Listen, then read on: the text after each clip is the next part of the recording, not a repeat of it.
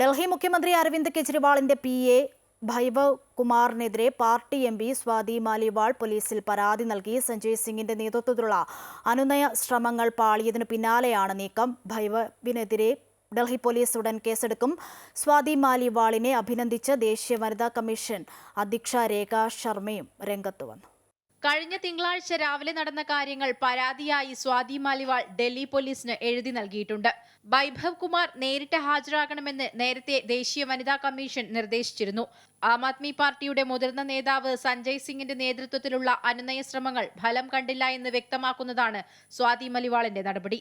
ഭൈഭവ് കുമാർ മുഖ്യമന്ത്രി അരവിന്ദ് കെജ്രിവാളിനൊപ്പം ഇപ്പോൾ പഞ്ചാബിലാണ്. സഞ്ജയ് സിംഗ് ഭൈഭവ് കുമാറിനെ തള്ളിപ്പറഞ്ഞതാണ്. എന്നാൽ സ്വാതി പരാതിയുമായി മുന്നോട്ടു പോകുന്നത് ആം ആദ്മി പാർട്ടിക്ക് വലിയ തിരിച്ചടിയാണ്.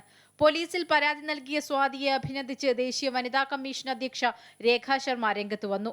പ്രതികരിക്കാൻ കാണിച്ച ധൈര്യത്തിന് അഭിനന്ദനങ്ങളെന്ന് രേഖ ശർമ്മ പറഞ്ഞു.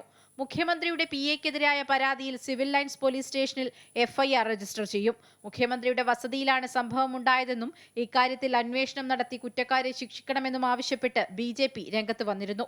അമൃത ന്യൂസ്, ന്യൂഡൽഹി.